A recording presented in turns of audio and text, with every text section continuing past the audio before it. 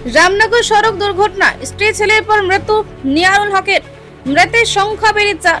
শিলচর রামনগর সড়ক দুর্ঘটনায় আরও একজনের মৃত্যু ঘটল। দুর্ঘটনায় স্ত্রী ও 8 বছরের শিশুপুত্রকে হারানোর পর অবশেষে চিকিৎসাধীন অবস্থায় প্রাণ হারালেন নিয়ারুল হক 2244।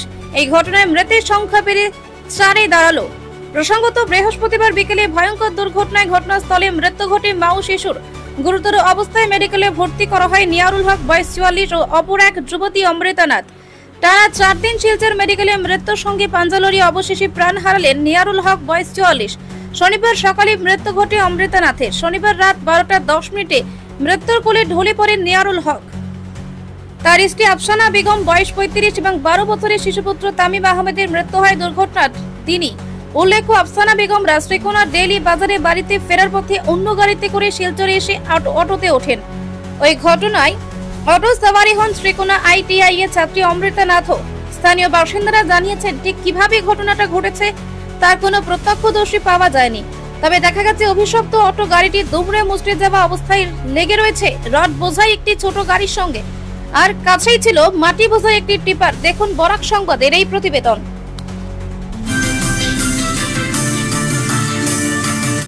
নমস্কার, আমি আমাদের কাছাড় প্রশাসনকে জানাইতেছি যে গত বৃহস্পতিবার রামনগর ন্যাশনাল হাইওয়েতে একটা 407 ট্রিপার এবং একটা অটোরিক্সার মুখোমুখি সংঘর্ষ হওয়ায় ওই জায়গায় একই পরিবারের একজন 8 বছরের ছেলে শিশু এবং তার সঙ্গে তার মা স্পট ডেড হয়েছেন এবং সঙ্গে সঙ্গে তার বাবাকে শিলচর মেডিকেল কলেজে ICUতে অ্যাডমিশন করা হয় এবং তাহার বাবা গত রাত্রি 12:10 শিলচর মেডিকেল কলেজে হসপিটালে মারা যান এবং ওই অ্যাক্সিডেন্টে একজন মেয়ে স্টুডেন্ট শ্রীকোনা ITIতে পড়তেন, উনিও মারা যান এবং এক শিশু বর্তমানে সংকটজনক অবস্থায় আছেন।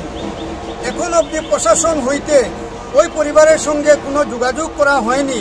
তাই আমরা বিনীত আবেদন করে জানাইতেছি শিলচর কাছাড় প্রশাসনকে এবং আমাদের CM সাহেব ডক্টর হিমন্ত বিশ্ব শর্মা মহাশয়কে আমরা অনুরোধ করতেছি যে ওই নিহত পরিবারকে অতি সত্বর যোগাযোগ করে ওনাদের মর্মাহত পরিবারকে এককালীন আর্থিক সাহায্য এবং অ্যাক্সিডেন্টের জন্য কম্পেনসেশন করা খুবই জরুরি হয়েছে এবং ওনাদের জন্য আপনাদের প্রশাসনে যেটা করণীয় আছে আপনারা কাইন্ডলি অতি সত্বর, আজকে অবধি মোটামুটি 3-4 দিন হয়ে গিয়েছে, এখন পর্যন্ত আমাদের শিলচর কাছাড় প্রশাসন হইতে কোনো যোগাযোগ করা হয়নি এবং দিনের বেলা যেগুলো ট্রিপার মাটি এবং বালি বোঝাই করে ওরা হাই স্পিডে চলাচল করছে এবং ডাম্পার চলাচল করছে, আমরা কঠোরভাবে আবদার করতেছি যে পুলিশ প্রশাসন এবং আমাদের কাছাড় অ্যাডমিনিস্ট্রেশনকে যে ওদেরকে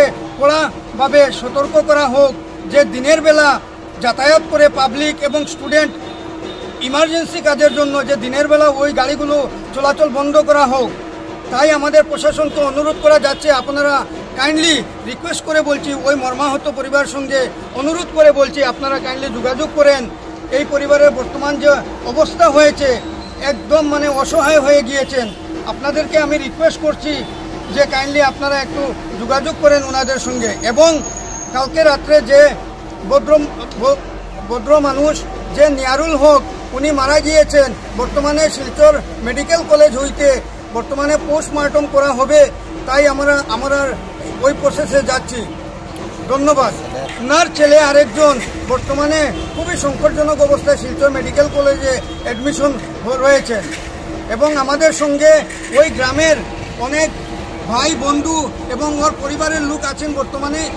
আপনারা কিছু বলেন এই বিষয় নিয়ে। সবচেয়ে বড় দুঃখজনক ব্যাপার হইল যে আমরা যে এরিয়ার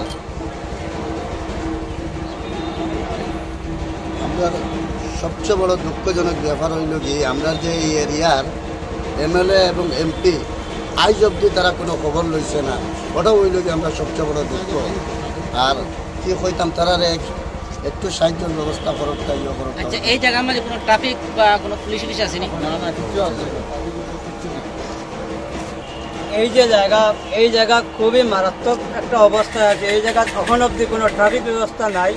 আমরা প্রশাসনকে বারবার অনুরোধ করি যে এই জায়গার মধ্যে একটা পুঙ্খানুপুঙ্খভাবে ট্রাফিক ব্যবস্থা করা হোক, যাতে আজকে আমাদের পরিবারের সাথে যে অ্যাক্সিডেন্ট হয়েছে কালকে অন্য কারোর সাথে হতে পারে, বা এই জায়গাতে প্রায় সময় শোনা যায় খুব মারাত্মকভাবে অ্যাক্সিডেন্ট হয়। আরও অনেকজন অনেক সময় অ্যাক্সিডেন্ট হয়ে অনেক সময় মানুষও মারা গিয়েছেন। তাই প্রশাসনের কাছে আমরা অনুরোধ করতেছি যে এই জায়গাতে একটা পুঙ্খানুপুঙ্খভাবে ট্রাফিক ব্যবস্থা করা হোক, প্রশাসনকে অনুরোধ করতেছি। আচ্ছা, একই পরিবারে কতজন মারা গেলেন? এক পরিবারের তিনজন এক পরিবারের, আর একটা ITI স্টুডেন্ট আছিল, ওইটাই মারা গেছে। মেয়েটার বাড়ি কোন জায়গায়? মেয়েটার বাড়ি তো সম্ভবত জারাইলতলা। আর ওই পরিবারের আরো একটা ছেলে মেডিকেলে ওখানে অ্যাডমিশন আছে। মানে যে পরিবারের মানুষটা মারা তিনজন গেছে মারা গেছে, তারা টোটাল 4 জন আছিল। 4 জনের মাঝে 2 জন স্পট ডেড, একজন কালকে রাত্রে 12:10 মারা গেছে, আর একটা শিশু ছেলে ওখানে মেডিকেলে। বয়স কত? বয়স তো আনুমানিক 10 থেকে 12 বছরের ভিতরে ছেলেটা। সেই পরিবার একমাত্র ওই শিশুটাই? ওই শিশুটা আছে। তো বিধায়ক সাংসদ কেউ পৌঁছান? কেউ নাই ওখানে, জেলা উপায়ুক্ত প্রশাসন যায়নি? কেউ খবর লইছে না। আপনারা জিপি প্রেসিডেন্টের খবর লইছে, আর বাকি কেউ যে MLA MP নামটা কই? আপনারা MLA নামটা কি? আমাদের বর্তমান এরিয়ার MLA হলো জনাব মিসবাহুল ইসলাম লস্কর। ওনার তরফ থেকে ওনার তরফ থেকে কোনো মানুষ এখনো পর্যন্ত এই পরিবারের সাহায্য যোগ্যতা এমনকি কোনো যোগাযোগ করেন নাই। তাই আমরা প্রশাসন বা ওনাদেরকে MLA MPদের সমাজকে বারবার অনুরোধ করছি যে ওনারা একটি খুবই নেহাত পরিবারের গরিব পরিবারের লোক, আর উনি যে নিহারু লোক কালকে রাত্রে যেন মারা গিয়েছেন ICUতে, উনিও একমাত্র এই পরিবারের উপার্জন কম ব্যক্তি। বর্তমানে এই পরিবারের উপার্জন কম ব্যক্তি বলতে কেউই নেই।